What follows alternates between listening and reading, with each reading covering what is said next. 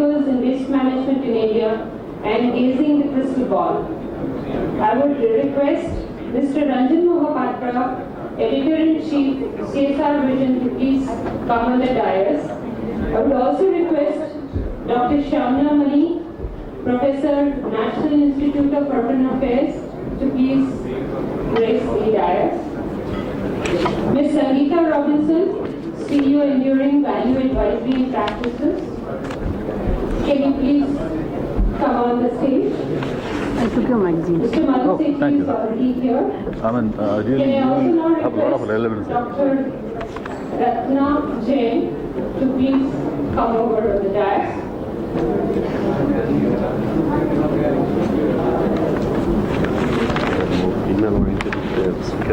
I would now More like sensitive towards traffickers. to also request Mr. Satish Goenkaji to come for a minute and felicitate Mr. Fateh Rai Soni, RS Officer of 1984 batch. He is the CEO of the Bikaner Municipal Nagar Nigam. He has worked as Deputy Director for the Port Division for a very long period. May I please have Mr. Fateh Rai Soni to please come to the dais and receive the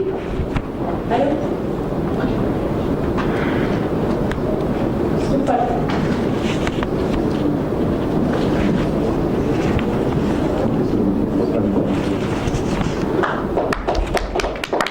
He has to leave for in his slide is probably done. Thank you very much, sir.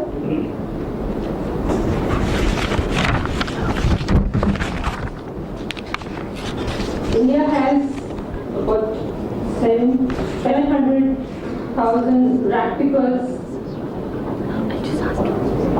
living in various cities. 22 organized, 22 cities have organized rat picking through an alliance of Indian waste pickers. There are a huge amount of perceived risks which include contact with fecal matter, paper saturated by toxic materials, bottles, containers with chemical residue, health residues, contaminated needles, and heavy metals from batteries. Child labor and health hazards are serious issue for rat pickers. Should they be a part of the ecosystem, or they should be rehabilitated and more mechanization in the process and better source segregation of waste be promoted?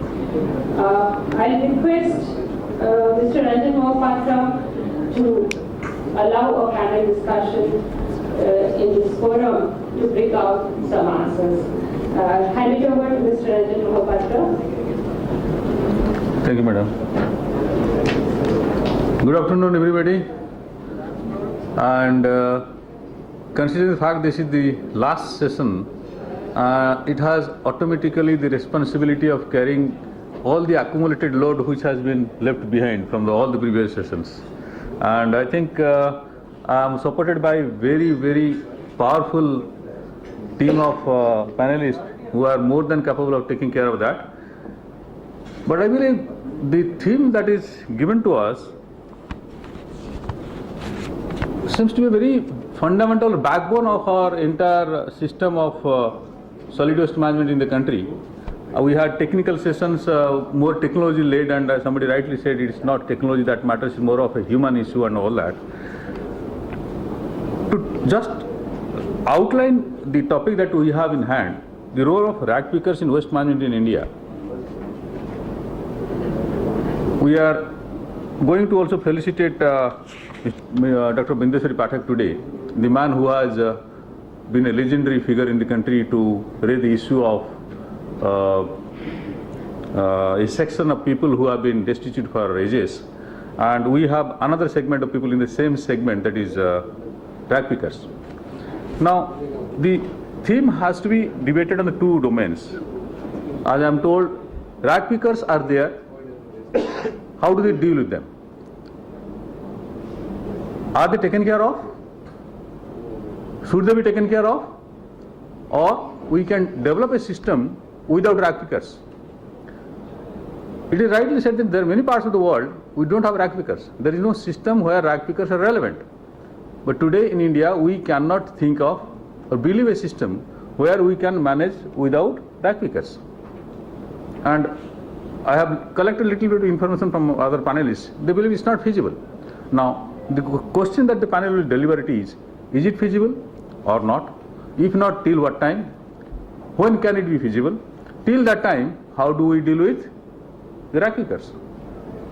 And that's the challenge. I think without speaking more on the subject in the beginning, I will request my panelists to give a brief introduction on their take on the subject with maybe 3-4 minutes, because we have been left with hardly 45 minutes now. I have a presentation. Sorry? I have a presentation. Yeah, okay. Fine. So I think as brief as possible, your presentation is fine. And then we spend more time in handling questions rather than speaking more. So with that kind of outline, then we can begin with your presentation, madam? Sure. Yeah? Fine. Thank you. Can I go there? Or- Sure, yeah, I think you.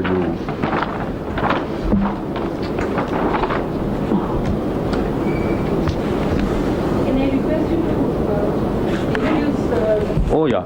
Well, I think, okay, it's with me. Yeah. I think I need to do that, I'm told, okay.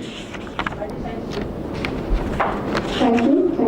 Well, I think I don't need to really speak more about me. I'm basically the head of CSR Business Magazine, which you have got in the reception. I'm basically behind CSR policy of Government of India, from policy making to promotion of CSR, and the first magazine on CSR. Before that, I had Vision Consulting, a pure corporate consulting firm, and also Vision Foundation, a policy research agency, for last 15 years. And now Ms. Bharati Chaturvedi is not here. She is not there. Dr. Samala Mani, she is Professor, National Institute of Urban Affairs, has an MSc in microbiology from Madurai Kamaraj University, MPhil and PhD degrees in environment science from JNU, and an MPH from School of Public Health, University of California, Berkeley, USA, a National Science Talent Scholar, a recipient of ICAR Fellowship in Agriculture and Microbiology, and Purgatory Institute International Fellowship in Environmental Health and School of Public Health, University of California, Berkeley, USA. She has presented in several conferences in India and abroad. Her projects have received international recognition, including UNCHS Global 100 Award for Community-Based Waste Management and Low-Cost Sanitation in Slums in Bangalore. The Plasticon India Award for Innovation Plastics Reuse and Recycling, the recognition by International Model Forest Network Canada and the Regional Centers of Expertise of UNUIS Japan for setting up the Regional Center for Expertise at Kodagu Court. A member of several professional organizations, she has published books, chapters and papers in reputed books and journals. She helped formulate and revise biomedical waste management rules 1998, recycled plastics manufacture and usage rules 1999-2011, the municipal solid waste management rules 2000. Mrs. Sanjita Robinson. Okay, fine. Fine. Thank you, Dr. Gupta. Yeah. Without much ado, I thought I'll just go into the topic of role of practitioners in waste management. The kind of presentation that I have prepared is not one full of statistics or justification, but the fact that the reality of the situation as it is in waste management, it doesn't require that I make a plea on behalf of the waste pickers. On the other hand, like A2Z or several other companies have discovered, it is almost a requirement, and it's just that we've been calling them rag pickers. You call them rag pickers, you can call them waste retrievers, you can call them waste pickers, but they are essential part of the social milieu of the waste management sector. And that's what I'm just planning to explain in my slides. And if I were you, I would take them as a national human resource, rather than, consider here as if you are doing a favor to them. You are doing no favor at all whatsoever to them. If at all, they are doing you a favor.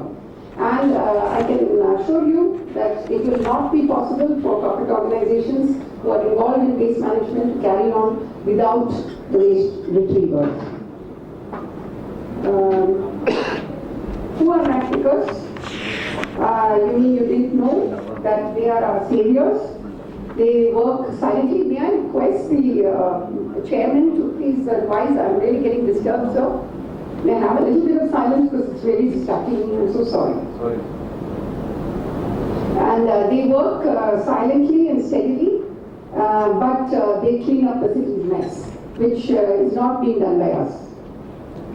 And this is what your garbage dump looks like. And had these people not been flattening it for so many years, we would be having worse problems. I'm not saying that this is the way to do it, but unfortunately, since we have not paid any attention to waste for such a long time, this is what the situation is. They try to retrieve as much of waste, but we don't give them space. My student here, Mr. Aditya was talking about space. Space is a very big requirement when it comes to waste. And if you don't have space for waste separation and segregation, it's one of the biggest things that is going to stand in the way of the waste management. And they also were among the first people to try to find out what to do with the various streams of waste. They actually saw that there are so many streams. And while they were doing it, the waste keeps on arriving. And why is it that it arrives? Before I go into the hazardous toxic part, I'd like to just say a word about why is it that the waste keeps on accumulating. In my house, I live in a very small flat, 2-bedroom, with 2 balconies in the South Delhi area, and I don't have much space. I just have 2 balconies. But I have a composting methodology. Of course, I'm using daily dump, but anybody can use anything. In another house where I was staying on the ground floor, I was using my own gablas and terracotta material. And to tell you the truth, I have absolutely no waste to give to my garbage picker who comes to my house every day. Because other than the food waste, which I put in the daily dump and I manage it, there's a little bit of Tetra Paks, and my friend, she has a unit in Faridabad and she does this Tetra Pak recycling, thanks to the CSR initiative. She also takes my mylar waste and makes some baskets. And I give away all the paper and these kind of things. And there is another NGO who's making plastic, with the plastic carry bags, she's making some bags, weaving and all that. So, actually my waste retriever is getting a pension because I give her 50 rupees a month, but I really don't have any waste to give. So you also do it. You see, you do it in your house and you check, and you just check and tell me whether you have any waste at all. But if you don't have, you don't have the time or whatever that is, that you can't separate the waste. I don't even separate the waste. I just tell my servant who comes to clean and cook that, the whole bowl of salads and, all the peels and everything, just make sure, madam, that you go and put it in the balcony in this little pot. I have not trained her or anything like that. I just tell her to do that and she just puts a handful of composted material on top of it. That's it. So you do it and check and tell me whether you have any waste left if you do this. Then if you do this, then you're not going to need a waste retrievers. That was the question you were asking. But you're not willing to do that. You are wanting to put everything into a plastic carry bag, tie it, and then give it to the municipality. And they keep on arriving here. Then if you say that no, I have to do mechanization. How are you going to do mechanization? Because the mechanized material, Mr. Jindal may admit or may not admit, and you don't have the correct stakeholder balance, so there are people who are not here to defend themselves. You call all the people and then you ask them. You ask Mr. Jindal himself that whether it's an economically viable plant. It's not. Everybody knows that. Mr. Mittal from A to Z, वो कहते हैं ना कि सुबह का भूला शाम को घर आए तो उसको भूला नहीं कहते. तो कोई बात नहीं, मिस्टर जिंदल भी आ जाएंगे एक दिन वापस. So what I'm trying to say is that there is no, if you want to have a system with there are no human hands which are separating the waste, then you have to do it at home. Somebody has to do it. Either you do it or somebody my job. But I think they are ISO. They are not ISO. You are the ISO.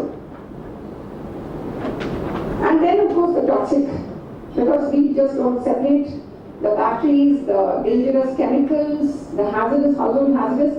For a conference in China, I was writing an abstract and I gathered a whole lot of papers, and I was just doing a meta-analysis, and I just found that there's so much of, our Schedule 4, whoever has looked at the Municipal Solid Waste Management Rules, Schedule 4, you'll find that the standards for the compost, for the leachate, it's really the pits. You compare it to the US EPA standards, with the WHO standards, we are nowhere near it. And despite that, the mercury levels in the solid waste fraction was 10 to 30 times higher. The lead and the cadmium fraction, the leachate and in the groundwater, was 10 to 30 times higher than the Indian standards. So just, pray that, you don't fall again. That's the kind of hazardous waste that we are putting into the municipal stream. And of course, the e-waste, we already talked about it, and how it is being dumped in the municipal waste stream. And of course, a whole lot of segregation happens. But until and unless we all participate and we are conscious of it, and we are aware of the fact that this can one day be extremely harmful, and what you think sometimes is not very harmful, like your cleaning chemical in your bathroom or something like that, often is, unfortunately. So composting, and many of the practicals are trained to do that, they do it, but unfortunately even after that there's a whole lot of waste, as you know, which is left over, and then it accumulates, and then you have to find all sorts of uses for it.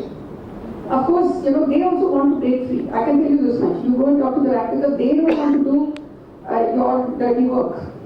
They also want to break free as much as we want to break free. But unfortunately, they don't know where to go. So we are hoping that the younger generation will find the space. But unfortunately, unless we set an example, they are not going to be able to do that. So do we care as to, whether we are going to do it in a dignified manner, and if we are not going to be able to segregate, in what way can we help? So we did several case studies. These are all slides from the Exnora in Pammal, which is near Chennai, and these are all women who were earlier fairly destitute, and their occupation was dangerous, but then because they took up waste management in an organized manner, and they helped the citizens to further do the segregation at source, they have been able to earn a dignified life. And unlike what we have a perception that they don't want to be organized and they don't want to be disciplined and they don't want to be service providers, that's not the case. If you give them a chance, if you organize, if you provide the correct thing, they are willing to do so. So these are case studies of about 5 women I have got hold of, but all of them have similar stories. Basically, they come from very poor backgrounds, but they have been able to find dignity in the kind of waste management that can be organized. And what are the kind of things that we can do if we really want to do? One is training. One is, we have to provide. See, whether, somebody was talking about marketing. Somebody was saying that, nobody buys compost. Nobody buys compost. Do you know that nobody buys electricity? In Pune, there are, biogas plants. There are almost 25 biogas plants made by the bulk generators. Unfortunately, they did not do a proper thing through. They did not have a business plan, and they could not evacuate the electricity that they generated. So for everything, you have to plan. You have, today you talk about solar energy, you call the MNI, and you talk about putting up panels in your rooftops, and you try to find out whether you can actually do, a net bill, what they call a net bill, like what happens in other parts of the world. It doesn't happen, because the DISCOM will not allow you to do it. There is no ECPC clause in our country. And we will not be allowed to evacuate the electricity that we produce. We have excess electricity, good quality electricity being produced in Tamil Nadu, near Kayattar and Palakkad and all that from the wind. They are having a major evacuation problem. So it's not just a compost. Marketing is something which is a different thing. So if you want to market compost, if you want to market electricity, you want to market good products made from recycling, you have to do that. Nobody's going to come and do it for you. And so if you do that, there are lots of takers, there are very good ways in which women can be involved, they can be formalized, and you can see that they are making compost. This is Bangalore. This is a project that we did with the Bangalore Development Authority in November. And here, you can, we are even making a plan for EDMC in a very, very narrow lane busties and colonies in the East Delhi municipal area. It's possible. Give them training, get the mayors, Madam is here, and the commissioners get involved because they play a very major role in motivating citizens. And then, of course, train them in making various products that can be made. So if you are careful, separate the various streams of waste which can be recycled, please do it because this can make good kind of products. This can help you also and make you feel good. These are the plastic carry bags that are made into products. And again, you can see in Kamal, they are also doing the marketing through various CSR and corporate mechanisms. Here, from Mylar base, they are making the baskets. These are all practicals. They are from Delhi. They are all, being trained and educated. And so, if you want to make them entrepreneurs, then you have to give them a good name. Vindeshwari Pathak did not just eliminate those people. He gave them a new identity and he gave them better working conditions. That's what he did. And that's what we need to do. We don't need to eliminate them. It's not Garib Hatao, it's Garibi Hatao. So you need, if you do that, Pune is a very good example. They have integrated more than 10,000 workers and they are doing an excellent job. But only thing is they need all sorts of personal protective equipment because that's the kind of waste it is and we need protection for it. These are the citizens' initiatives. They recognize that Swachh is important for them. Pune is one of the biggest cities, one of the big cities which has come forward to integrate waste pickers into their system. And they provided, look at the good quality of space. Space is very important. And the benefits of the Swachh model, you can see that they have been able to achieve quite a lot. And here, both the waste pickers and the residents. I live in Pocket 52 in CR Park, and last year we conducted eco-friendly Durga Puja, where we immersed the Durga, idol itself inside CR Park. Please come and see it next time. So children are extremely important. And it is very important to educate them. And women, they can play a very, very important role because the waste management committee, they can do a lot of training of skills, literacy training. You can see here that the workers are now signing their names as well. And of course, SWM calls upon people to show their concern rather than treat it as a technical issue. And I can, of course, speak for hours together on technical issues. But I didn't want to do that because it's really a matter of you and I, not them. And so please, in a loud voice, say yes, we can. And remember the power of one. If you do it, everybody else will do it. Thank you very much. Thank you, Dr. Mani. I think Dr. Mani's presentation speaks of a holistic perspective to the problem of rag pickers and solid waste management with a solution perspective and with a focus on the role of everybody. It's all stakeholders to participate. And we will deliver this after the presentation of all other panelists are through. And next, I think I will request Mr. Sethi, and I think I will dare to introduce him because his introduction is very brief. Because I am scared of a one-page brief. He is a USA-born citizen and originally from Indore and MBA from New York, and he has been involved in waste management projects in Middle East and in Delhi also, and his experience in Delhi is the experience which we all need to share with. So he has been also involved in setting up a project in Abu Dhabi, and the last one was in Delhi in 2008, and that's what we will be interested in hearing. Thank you. Good afternoon, everyone. The project I was involved with, that who are the students in the room, you should Google this place called Masdar City. That is the largest green city in the world. It is built by Sheikh Nahyan, the ruler of UAE, next to Abu Dhabi Airport. I was with Sheikh Mohammed, the ruler of Dubai, one of his companies, and in 2003 we started the groundbreaking for that. And when I left in 2009, we were now among the solar projects and the wind projects in a country that produces 4 million barrels of oil a day, you can imagine. We set up the full 100% waste recycling of everything. Everything. That entire city was totally zero waste. Now you can say that yes, it cut many billions of dollars worth of checks, but the concept was that it can be done. In 2009, I created a company called SM PowerGen. I did an association with Hitachi, and I'm very happy they've come here. I think Hitachi is probably one of the best companies in the world for waste to energy. They're the largest. And we basically, at that time, I moved to Delhi, and there was a tender which the folks from Jindal, they won. And you can discuss why they don't make any money, but that's for a different discussion. We were the second bidder.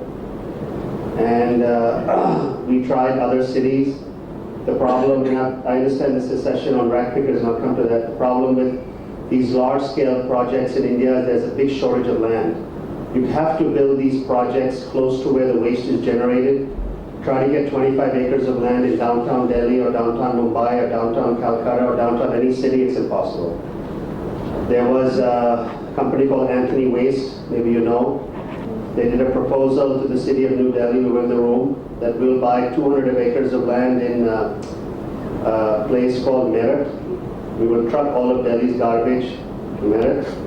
And as people know, good luck, they never got anywhere because the CM of UP would not do business with the CM of Delhi. So Delhi is a landlocked city.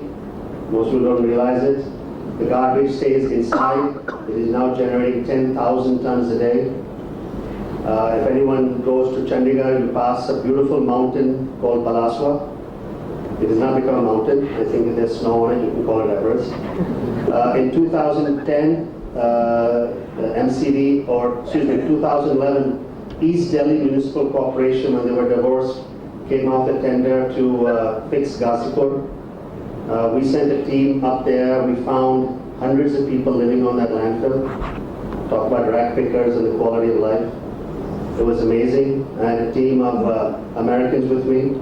We had partnered with a group called SGS Consultants of Tampa, Florida, the largest consulting company in the world. They did 700 landfill eradication. No other company in the world has done that many. All in North America, Central America, South America, and Europe. And they've done a grand total of 0 in India in the last 5 years. They tried. We tried. Tremendously we tried. Trust me. Couldn't do it. So we went there. First thing we said, as a humanity, you have to take care of these people. They cannot live up there. Forget about living on the ground, as this lady talks about. Try to live up there where the methane gas is pouring out. I guarantee you, nobody in this room can leave the air-conditioned car without a gas mask. You cannot get out, but I saw children as young as 6 months. When you see a child of 3 years with their white teeth glistening and smiling, it breaks your heart, because you know they'll be dead in less than 5 years. We found when we did our studies of the Dalaos in Delhi for Hitachi, when we did our studies for the waste, we did our own waste studies, we found a lot of skeletons. Because these children, they use small children to go to the Dalaos, to take out the garbage, and they fall in. Goodbye. These are things that nobody wants to talk about. So I'm sorry to say we have disposable human beings in this country. And this is happening every single day, and I have seen it.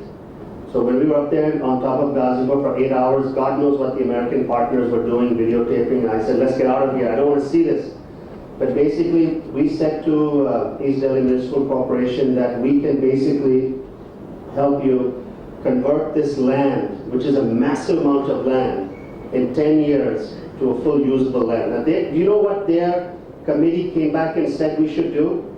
We will come out with a tender, get a logistics company, hire 500 trucks, and let's move the landfill from here to the Delhi border. Now, they would have done that, but Delhi border became a part of South Delhi Municipal Corporation.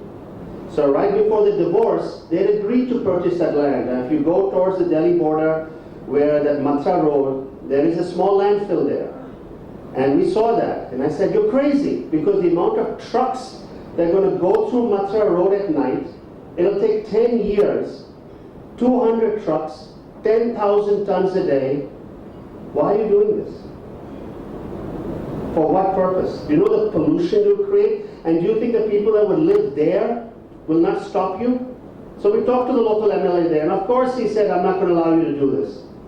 So I went back to them, and then the divorce happened with 3 MCDs, and South Delhi Municipal Corporation says, no, we will not give you this land. Thank God we didn't get involved. So we said, you know what do you want to do now?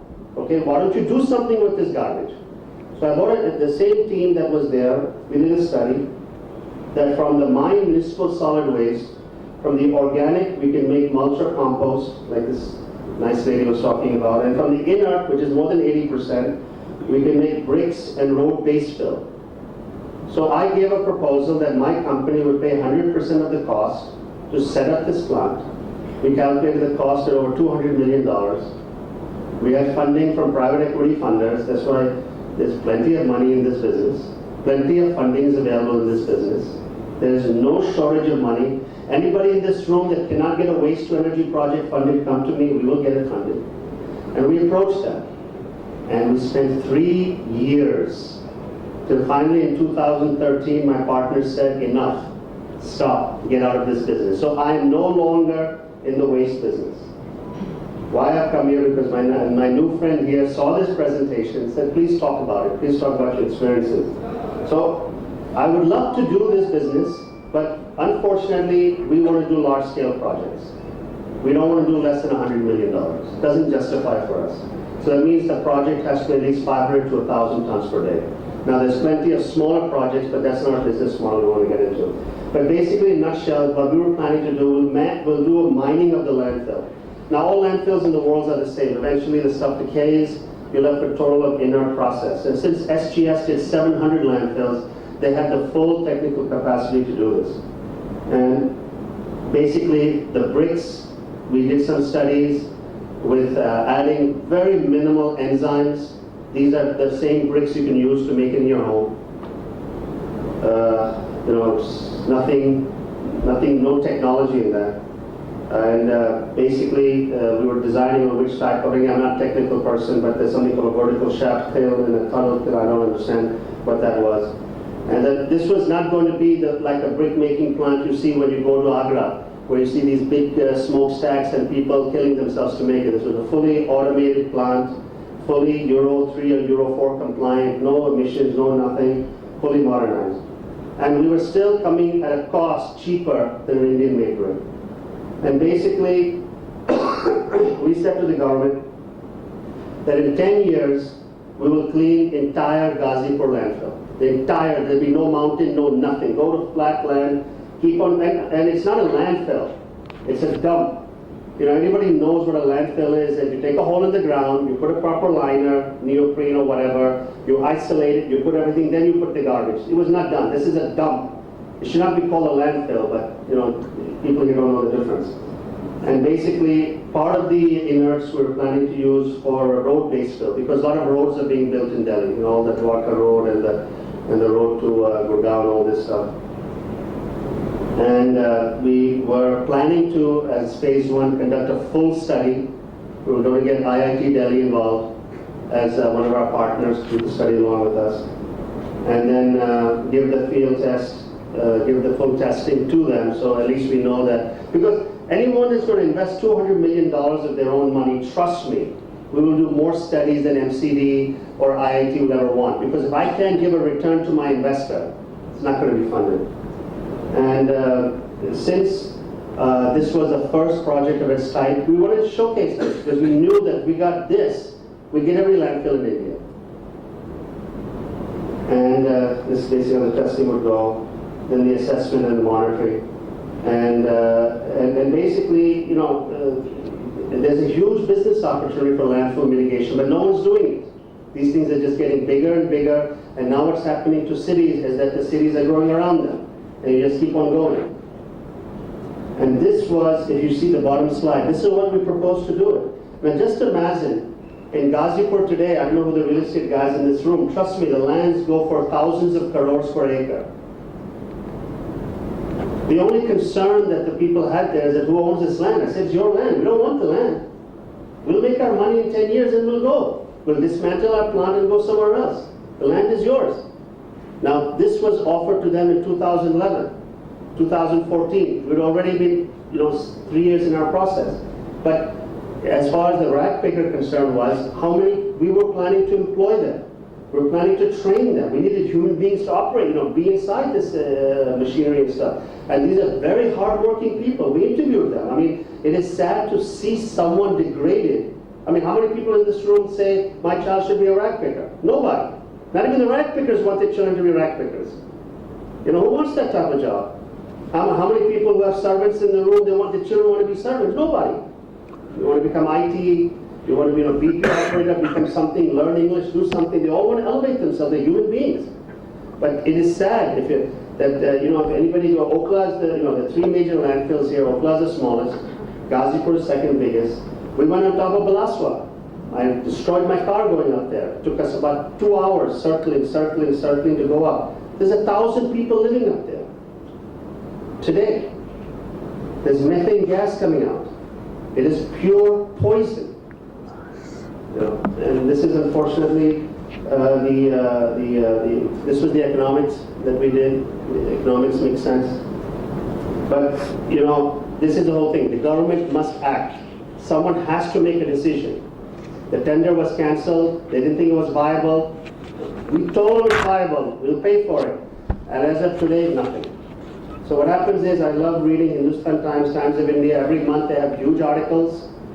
So someone mentioned that the press will start talking about them. When Kejriwal comes and says that price of samosa should be 10 paisa, they'll start running after him. So this is just basically something sexy to talk about once a month, and then it's forgotten.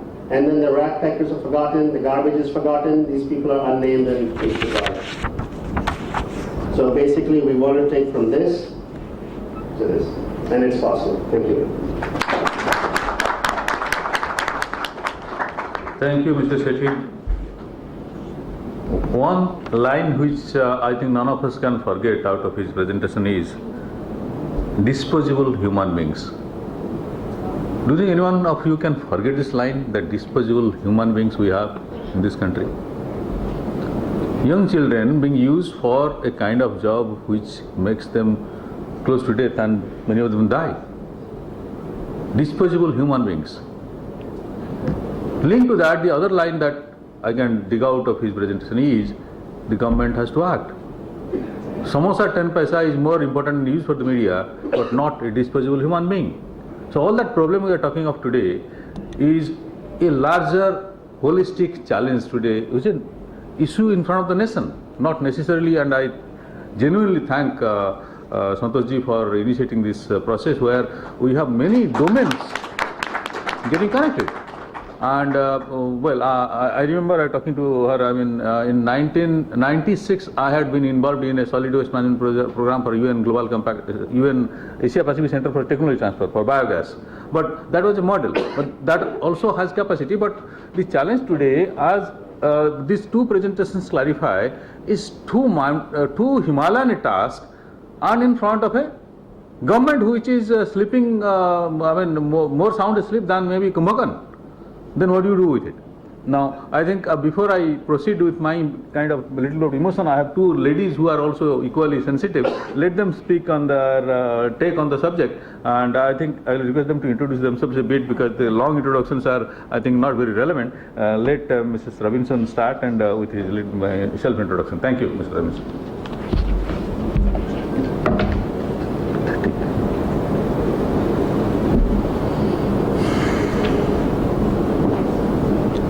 Good afternoon, friends. While my presentation gets setup, I'll take this time for a brief introduction.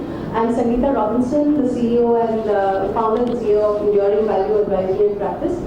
We are a CSR and sustainability consulting firm, and this introduction becomes very relevant in light of the presentation I'm going to make. I had a little challenging task to try to put words and pictures into what I wanted to convey. So I did away with the words and pictures, and I have a short movie to show you first, and then we'll go into the presentation.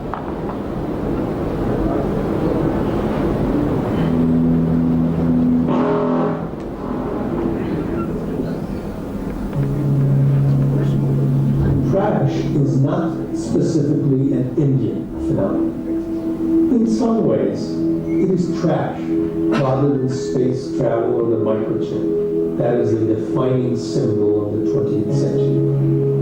Others hide their trash, deal with it.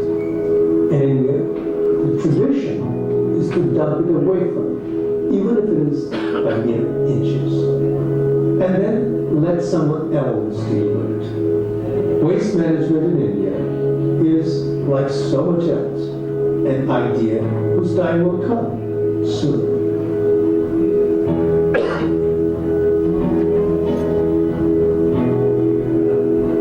100,000 metric tons of solid waste generated every day. Delhi alone, maybe those figures might be slightly dated. Marginal. Not much.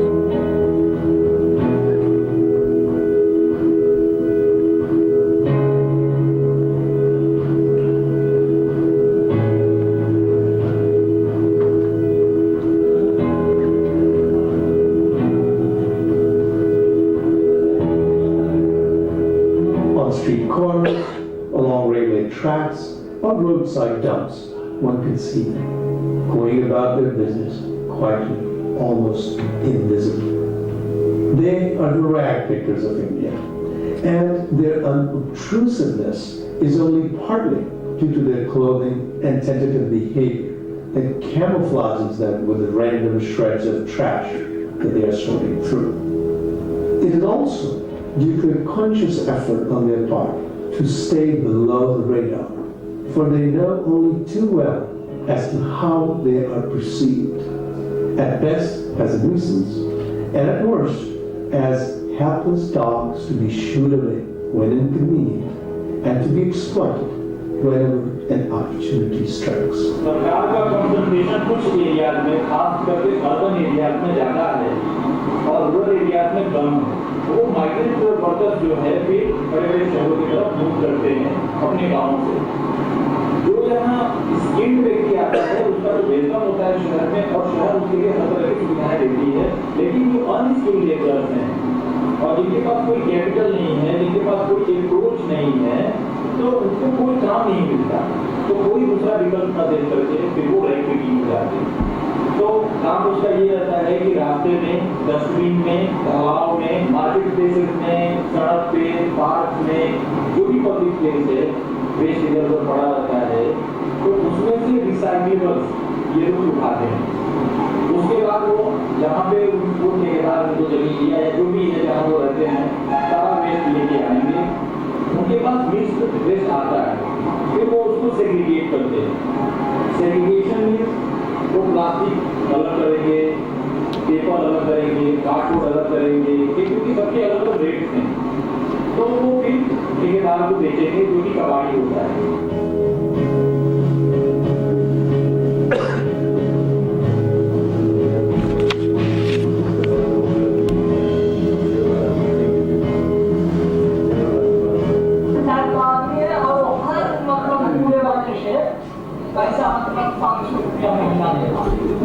अगर कुछ भी बोल में पूरा हुआ तो उसको मार के निकाल देगा। अच्छा, किसको मारा था? पता नहीं मारा था। पूरे के लिए बोल रहा था कि यहाँ पर मतलब जो भी कंपनी मेरे साइड में आएगा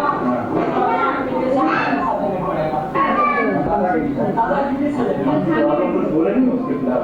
उसको खिलाफ हम लोग बोलते हैं सर, लेकिन जवाब नहीं कारण है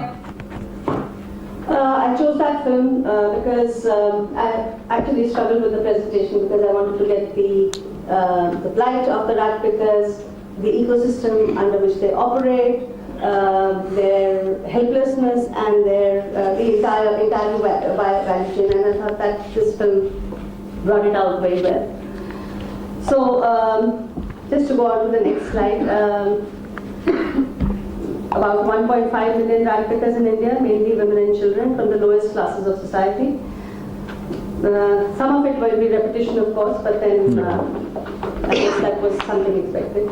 There are about 300,000 rat pickers in Mumbai alone, among which 120,000 are under the age of 14 and earn an average of 75 euro cents, which is about 60 rupees per day.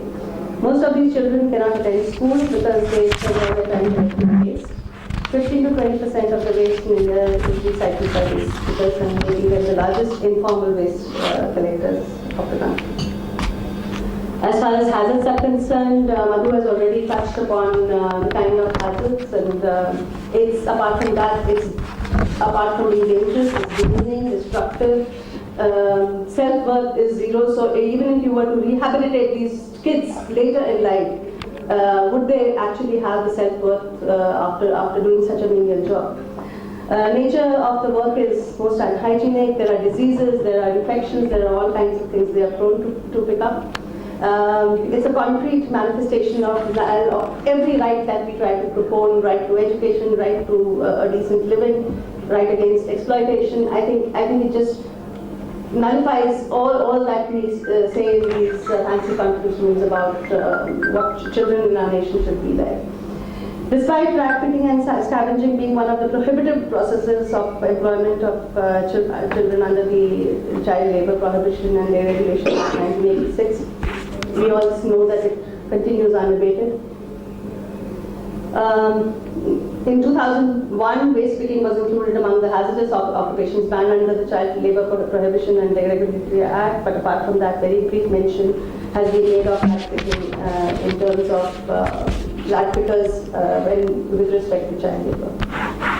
Children, particularly, I'm focusing more on the children because they are our future, and we have some very glorious figures and statistics about what this country is going to be in 2020 and 2030.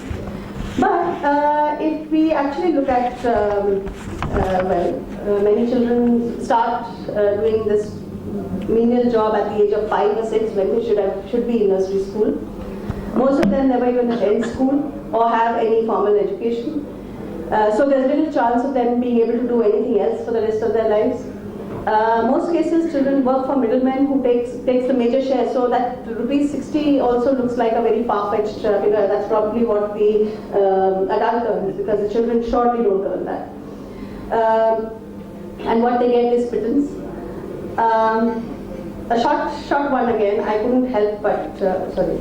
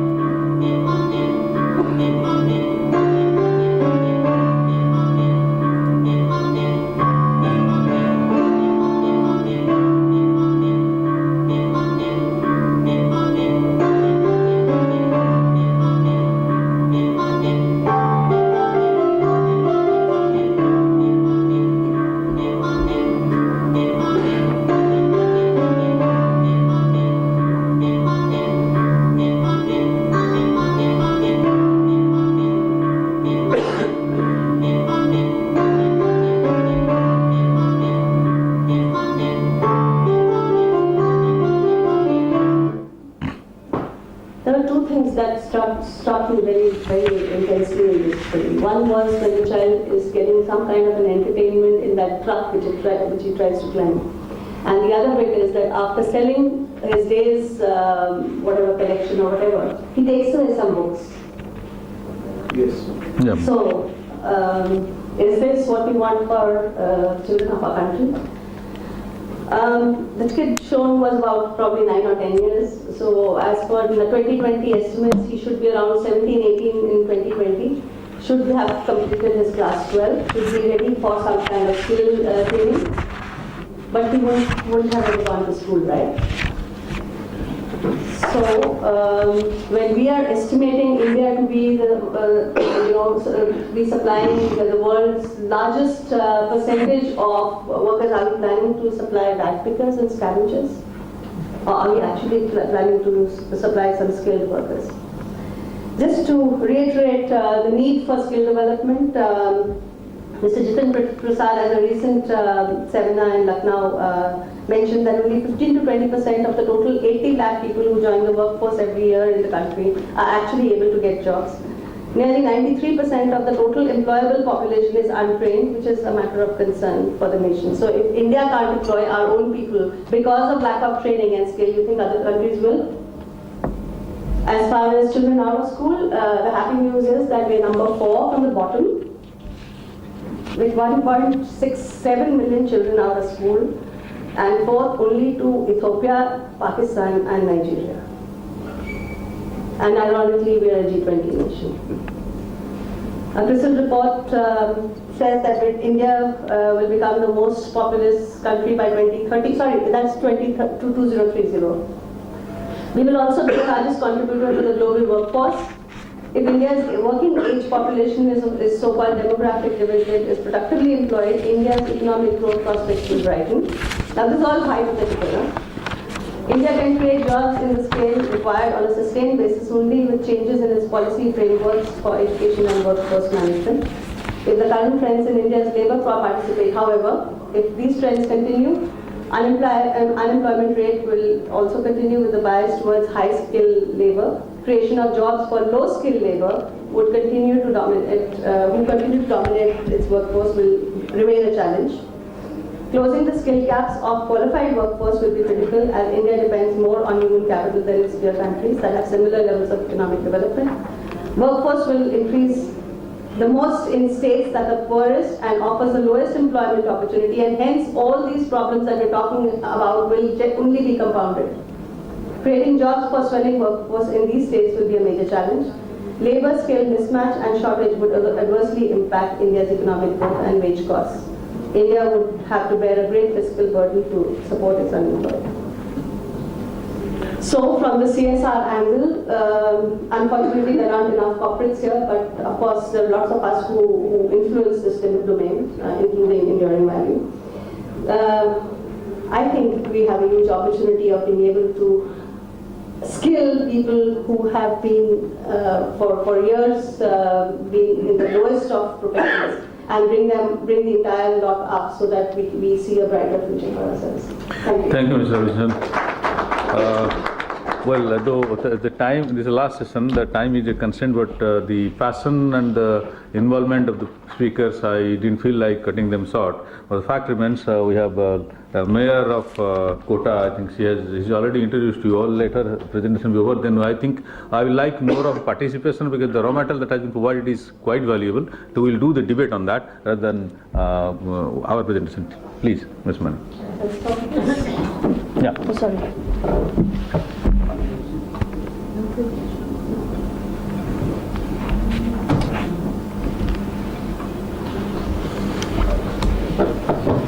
Good afternoon. Are you all awake? I think you're very much awake after this emotional presentation.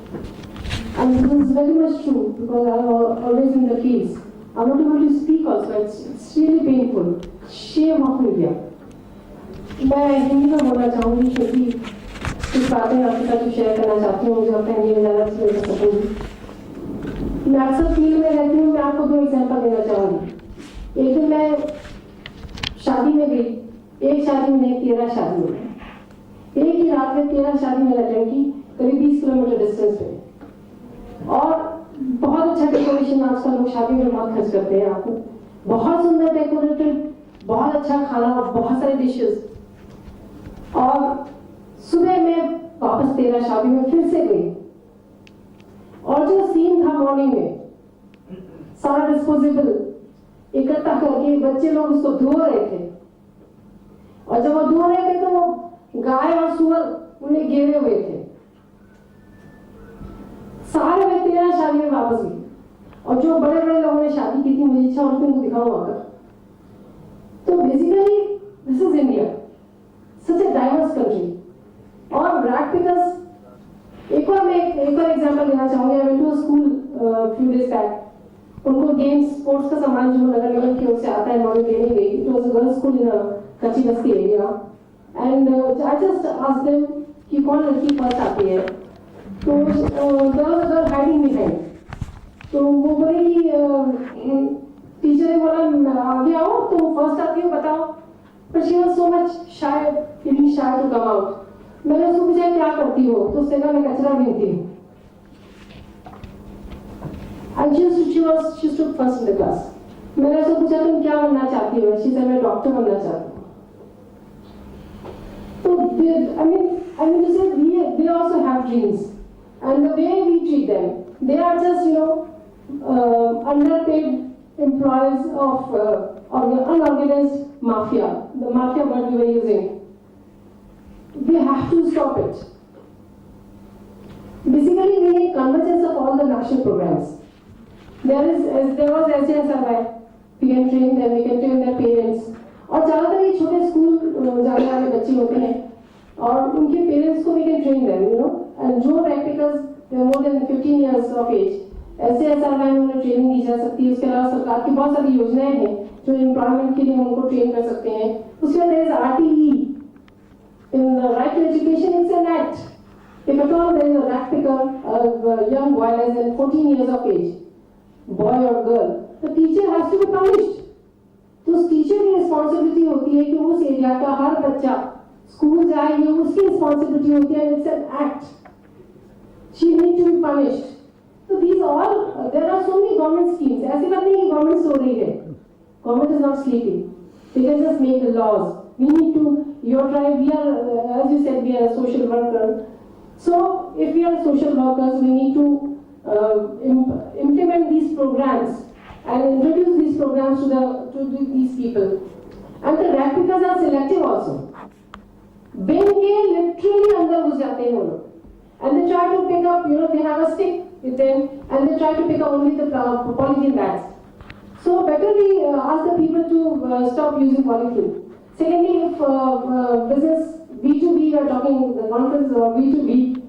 So let us talk about B2B. If a PPP model is to be introduced in my city, and you come and ask me, कि madam आपके यहाँ कितना कचरा होता है?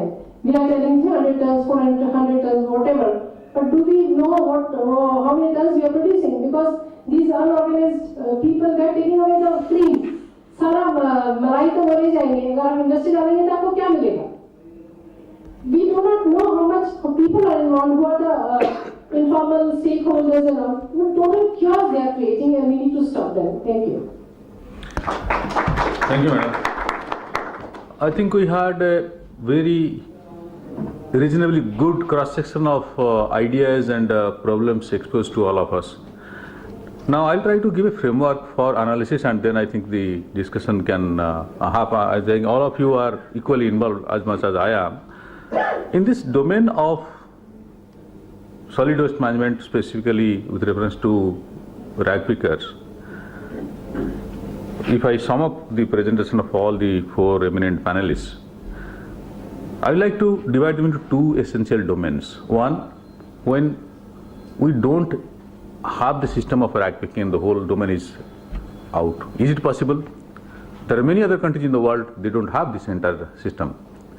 Till that is not happening, we have got to have a system, at least we don't have disposable human beings. How do you ensure that? How do you ensure that we don't have disposable human beings available to be disposed for a system where rag pickers, the life of them is just can't be imagined? And in that context, I have basically 4 subsystems. One, the civil society, which is the originator of the waste. Second,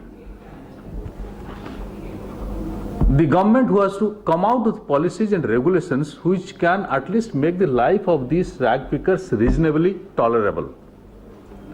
Third, the NGOs and other development agencies and corporate CSR, those who can come in to support these initiatives. Fourth, I will talk of a market dynamics like Mr. Sethi, who have been trying, yes, but they have not been successful because they need government support. But can there be some other initiative which can at least make a market dynamics operate and ease this process from a disposable system to respecting the very concept waste to energy, or waste can be raw material for something profitable. I mean, within these four domains, we have to start with the challenge that we have at the moment. How do we deal with the existing system? On that, if any of you has a take, which would you prioritize? Because the technology which is, I think I was looking for you, yes. I think we have a gentleman, please introduce yourself. You have a technology which can make the entire, I think, let me just introduce, I'm a management consultant, I use a bit of theory. There is a transactional leadership and transformational leadership. Transactional leadership talks of try to fix the problem. Transformational leadership talks of taking the whole problem out of the domain. If we have a technology which can make all the rag pickers irrelevant, not necessary, then the whole issue is solved. Am I right or wrong? He is coming out with a solution where we don't need rag pickers, the technology can take care of. Am I right? Please. Yes. Yeah. Yeah, this is Amit from Harvard. In fact, whatever we are talking about, I think, what is the ideal situation? What is the ideal, where should we reach? Yeah. Should we visualize a situation where all the waste can be processed at the source itself? Yeah, there you are. Yeah. If that happens, then what happens? Then where are the replicas, where are the CNT, consumption, where are the logistics? What happens then? That's the ideal place where we need to reach. And that is where we are trying to reach to our own technological innovations. We have been working in this direction for the past 10 years now. And we have the technology where we can process the waste at the source itself. We are starting that these initiatives from hotel, hospital segment. We are beginning with that. We will be coming out very shortly, within 2 years' time, some small machine, something like washing machine type. You can put all your waste, including plastics and everything, into that, and you get gas out of that in the morning, and carbon black in the soil, whatever. So basically, my point is, for the near perfect future, why we should destroy lives of our children today? Why we cannot groom them, or why we cannot have an alternative system to ensure that this transition can happen in a better way? How long will the technology? Maybe 2 years.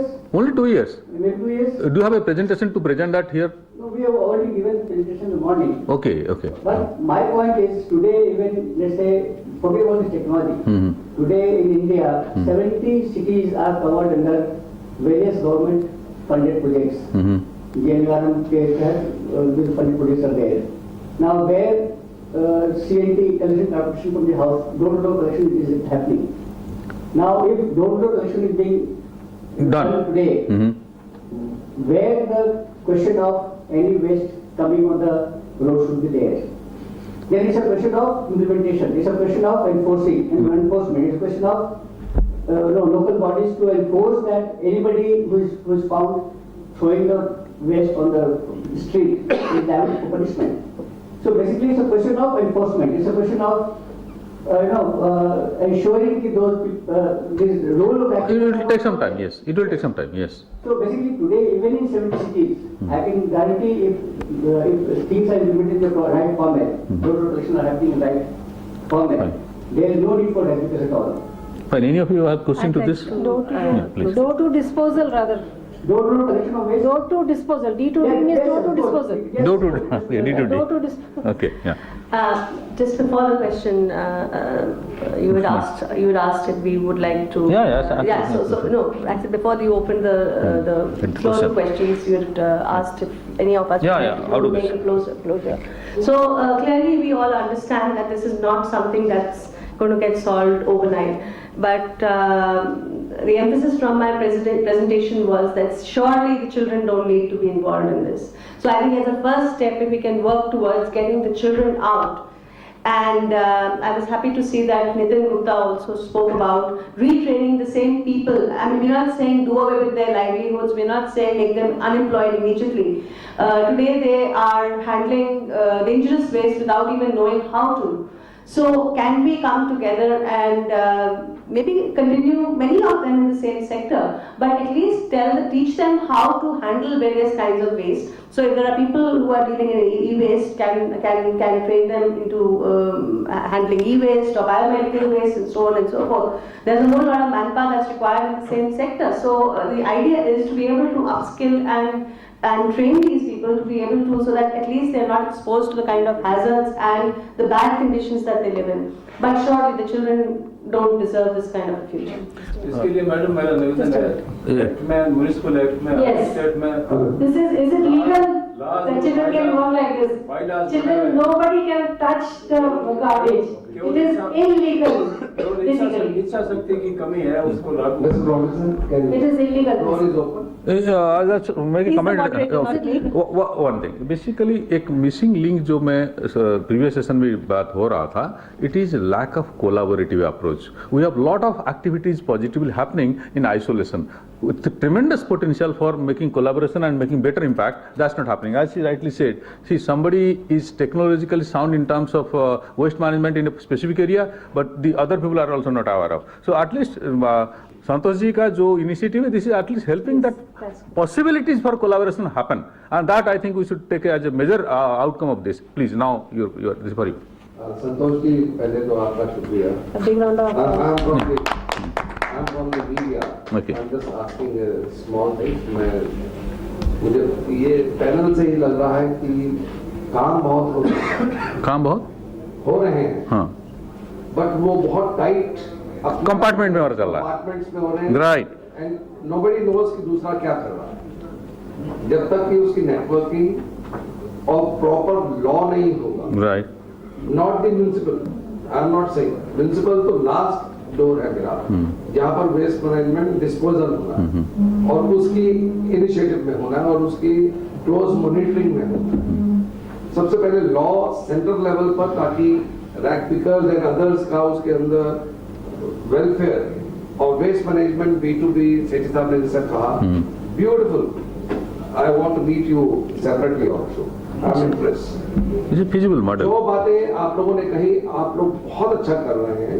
Even though the mayor madam से, only the question is कि जो garbage है आपके पास में, उसका disposal अगर हम proper way में करें ताकि हमारा एनवायरनमेंट सेफ रहे, हमें जनरेशन ऑफ द पावर मिल जाए, उसके साथ में हमको थोड़ी बहुत खेती के लिए खाद मिल जाए, प्लस मेरी वो लैंड जो कि 1000 करोड़ की है, वो मेरे फर्दर हाउस होल्ड्स के लिए मिल जाए. इससे बढ़िया कोई मैनेजमेंट नहीं हो सकता. आम के आम, गुठलियों के दाम. सो संतोष जी, आपने जो कुछ किया, आप एक कोई ट्रेनिंग कमेटी ऐसी बनाइए जिससे कि नेशनल लेवल पे कोई लॉ बन सके और उसका फायदा B2B में. मेरे को इतनी जनरेशन लॉस हो रही है पावर के अंदर और जगहों पर, कम से कम उससे मेरी इंडस्ट्री को सपोर्ट हो. आई पर्सनली फील कि ये आपने जो स्टार्ट किया, it should be It's a movement. जैसे I call it a movement. उससे फायदा होगा और इसमें कहीं पर हम लोगों की जरूरत है तो we are ready to. If I can add something to that, if anyone in this room studied the history of New York City and London, which are two major cities, about 100 years ago, they were 10 times more polluted than New Delhi is today. Yes. Open sewers, rat pickers everywhere, garbage, etc. In the turn of the century, it was common as what's happening today in the 1900s for people to be killed daily with poison. No one cared. Sounds familiar like what's happening now. But in the 1950s, when they started passing Clean Air Acts and Clean Water Acts and started enforcing them, today anyone in this room has been to New York or London, you don't see this. You don't see a rat picker, you don't see garbage everywhere, you see the garbage being collected. In London today, there are close to 10 waste-to-energy plants in the city. In the city. I remember going to the Municipal Corporation of Calcutta, where the people said to me, if you set up a plant next to Thapa, anyone who's Bengali knows where that is, that's where the dump is, half my Calcutta people will die. I had Hitachi in the room, and we proved to them that our dioxide emissions and all the dirt is 40% lower than the current Euro standards India is following. I said it correctly. That means what is the standard in 2013, where we went and did this presentation, we're going to produce half of that. And we can profitably make that plant 2,000 tons per day. They said, great, go buy the land. The land was 1,000 crores. If I had 1,000 crores for that project cost, I could never make money. So I said, you give me the land. So I would love that the government not be involved in anything, because the government slows things down, has their own benefit, whatever. But today, if the land is theirs, that is why you see, except for Jindal's plant in Okla, which ILFS started in 2005, the tender came out in 2007, and they finally built 2 years ago. There's no other plants in major cities. But every major city in the world, why is China over 200 waste-to-energy plants? Why? You think the land in Beijing doesn't cost more than land in Delhi? It's because the political people at play don't consider it important enough or desperate enough to do it. Now, I love when you say we need to clean Yamuna River. You could never clean it because the 3 landfills are right next to the river. So all the litter and everything is going down from one side. So you clean it from one side, it gets dirty from the other side. So it's not a question. There's plenty of money. I can get you 20 private equity funds from New York and London that will come tomorrow that will fund these projects. There is no shortage of money. I was shocked when the previous session of people saying we cannot make money in medical waste or this waste. It's wrong. There's plenty of money in this. There's plenty of money in this business if a project can be done. And it is amazing. You will saw if today Delhi has 4 plants next to their landfills. You'll see no waste. When you have no waste, you have no rack pickers. Now, my wife took me to a movie called Gunde. I don't know, it was filmed in the 1980s or 70s Bengal when he was stealing coal from the coal trains. Big business then. How many people steal coal? Because there's no more coal trains anymore.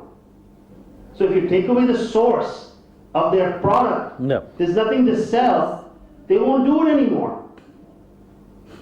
You know? But if you don't, we could be sitting here 10 years from now, instead of 1 million rack pickers, there'll be 2 million rack pickers because Delhi will have 20,000 tons a day. Every Domino's pizza, every Pizza Hut, everyone who has a kid in this room or grandkid in this room, what are you going to eat tonight? Not dal roti. Something from Subway, something from Pizza Hut, something from McDonald's, and throw their garbage away. And then they will become a very big vote bank. That's something else. I think if I sum up Mr. Sethi's, the essence what he is talking of is basically a situation where we don't need rat pickers. That's the vision we can work with. If New York and London were into the similar situation or worse situation than that we have today, and they are a much better situation today, why can't we have it? And that's something we should strive for. And how do you do it?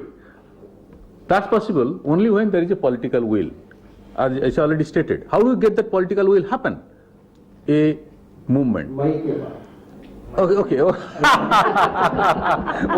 well, that one line is powerful, yes. But I will add, मैं के बाद भी हमें जागरूक होना होगा, हमें इसके लिए लड़ाई करना होगा, and I think the initiative is made.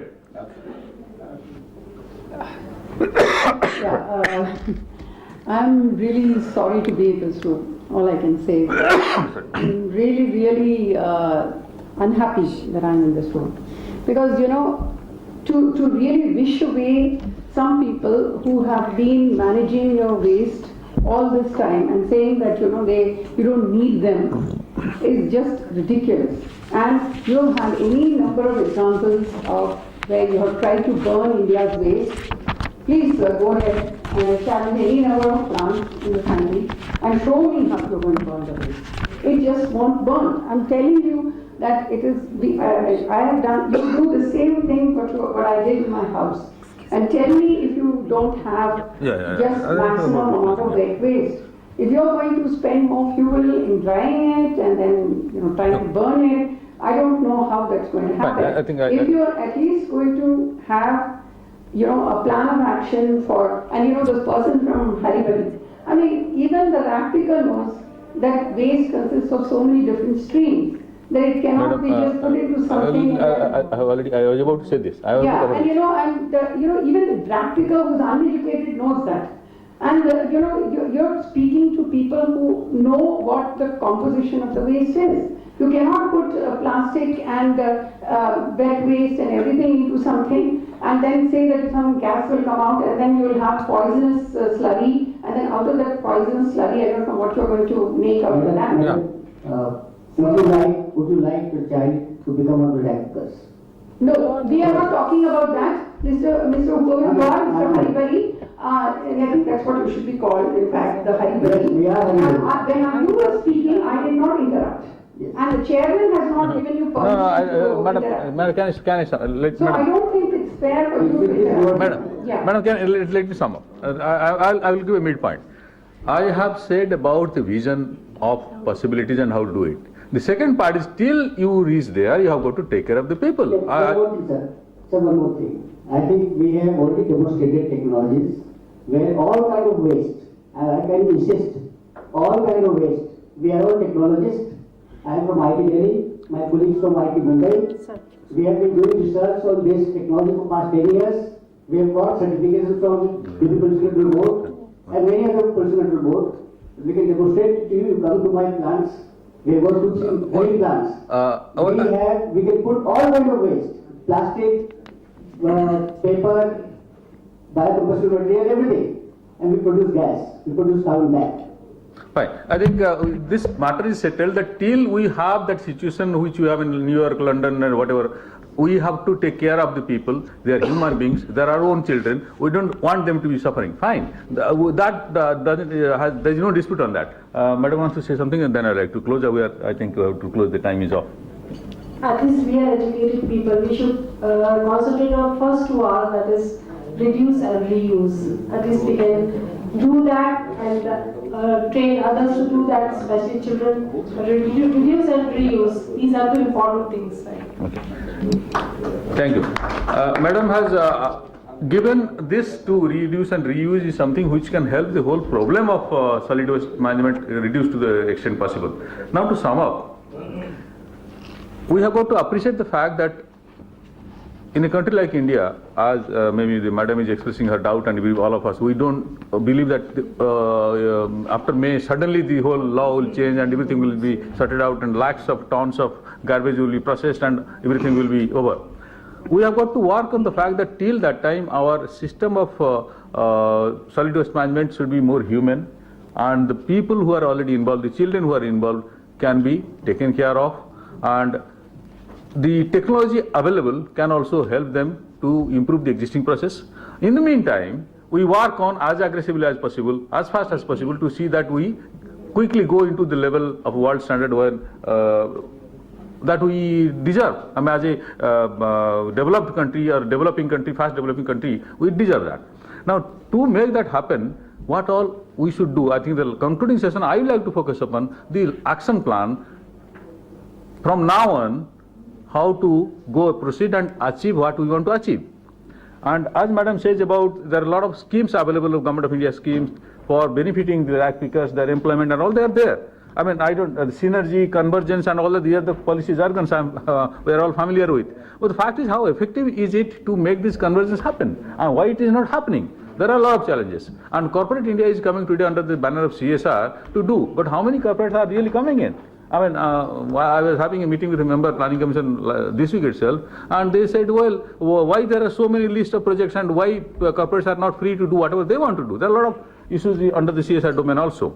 Now, saying all that, it will take some time. But during this process, if we focus on technology as a solution to come as fast as possible and within a policy domain, within a legal domain, and my take will be, as a concluding remark, to develop stringent mechanism to throw waste in a haphazard way, which is the habit of average Indian. In the West, if you go, you have strong penalty measures for littering all around. You call it any major city in the world, maybe our neighboring Hong Kong particularly, you have huge fines for doing that. But we have a habit. We have a habit of doing it. So these are the issues which one has to fight, and this cannot be fought only by civil society initiative or a media initiative. This has to happen by law. Law plus, I don't say law is in itself enough, but law plus. But how do you do it? And ultimately all that law is not going to come overnight. You have got to also fight for the law. RTI came after how many movements, you all know that. We need a very powerful, effective legal process or law in place to make these kind of things happen, plus supported by technology and other things. With this, I will like to close because the time is up. But with the emotion that I have got poured into this last session, I respect and thank all the panelists, and particularly the technology part, the existing emotion, the kind of activities part, and all the initiatives, and particularly Mayor Madam ka jo all own experience and the responsibility of the civil society people. You have marriages and you enjoy yourself, but you make the life of the practitioners miserable. All that speaks of various domains of the problem and various possibilities for solution.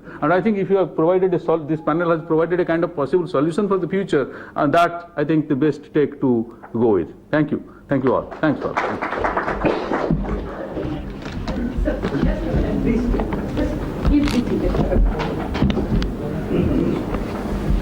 I'd like to invite Mr. Sanjeev Singh and Mr. Santosh Goenka to please come on. Mr. Santosh Goenka, if you could present a momentum of to the moderator of the session, and can I have a... Thank you. I think any amount of thank you is not enough. No, we have to act now. Yeah, I think that's I made an action plan. I think the action plan is ready. Okay. Thank you. The whole country May I now request a token of appreciation for Dr. Shamla Mani. She's gone. Madam?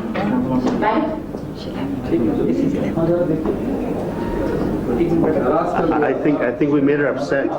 Yeah. Amit, we made her upset. Yes, I mean that I tried to balance it to the Chairman, आपने नाराज कर दिया. Well, I take the responsibility. Let's go to the next one. Can I have a token of appreciation for Ms. Sangeeta Robinson? Sangeeta, such a wonderful presentation. I must say, it's great. We are all touched. We had tears in our eyes. You know. So was ma'am. Yes, thank you so much. Here's Rola, yes.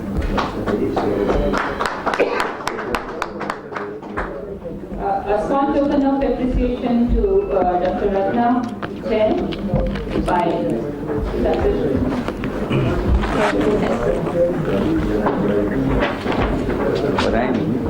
I already have one. चलिए फिर से एक photo.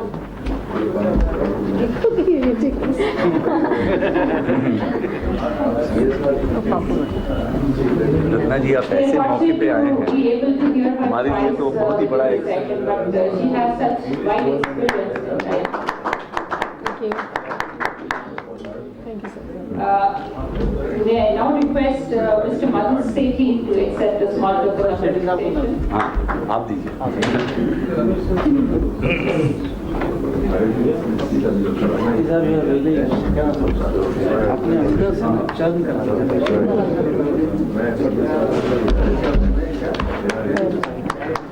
Thank you very much, panelists and thing. May I request Mr. Sandesh Goenka to please remain. If you know Niklesh, he's my cousin brother. We were together like this. I definitely would love to come. I haven't been there almost 10 years.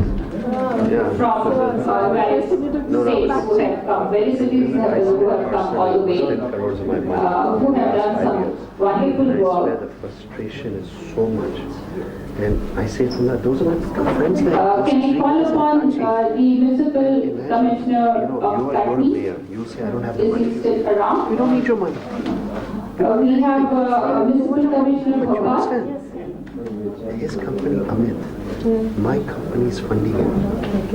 Because this is a great business. Thank you so much. You need to sit down.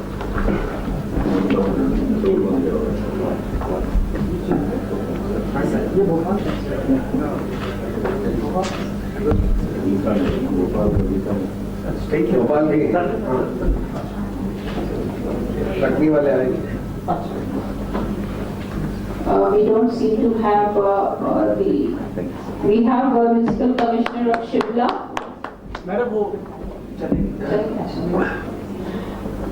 Municipal commissioner of Jaipur has already been given the recognition because he had to leave early. Municipal commissioner Fagwara, is he around? Municipal commissioner Jabalpur. Okay, so we have a lifetime achievement award to Dr. Bindeshwari Pathak, who is unfortunately not able to send, but somebody can would Sanjeev, will you take it and then have it sent to me? I would request Mr. Sanjeev Bhasin to really receive the award on behalf of and pass it on to him, since he was not able to make up his out of station. This is a lifetime achievement award, which is for his role model as well as the kind of rehabilitation process that he has done on one particular area, which is on sanitation. We want more leaders like him to really take up the cause of garbage also, and that's the reason why we are felicitating him as a Lifetime Achievement Award. I would now request Mr. Goenka to propose the vote of thanks and close the session. I think the whole event was planned by the Almighty. I think it started off with a lot of confusion. I did not know how it would go.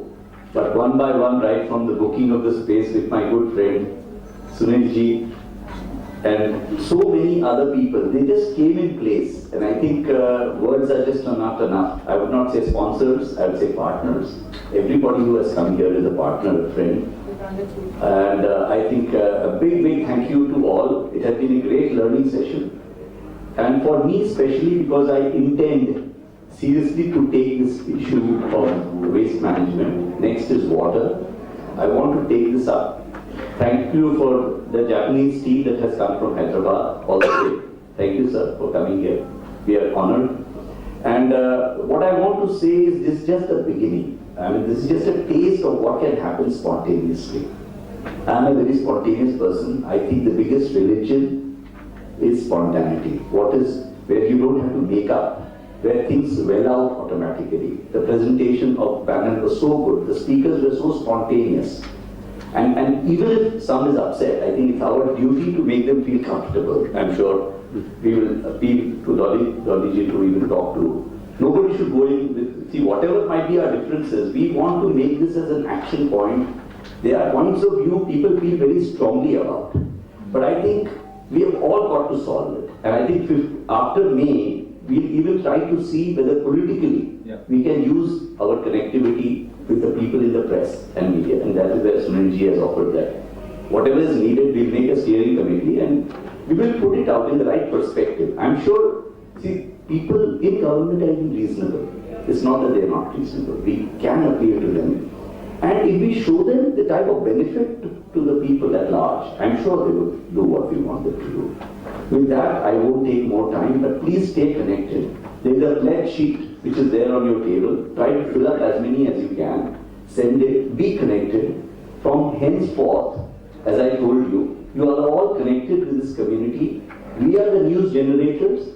We are the people who have strong views. We need to air those views. Please send it. If you need the details or the thing, people here who are connected with you from the BIF will help you. Let us create this as the most vibrant community. Thank you to all the sponsors once again who have made this event possible, and for the team behind BIF which has made everything possible. Thank you so much.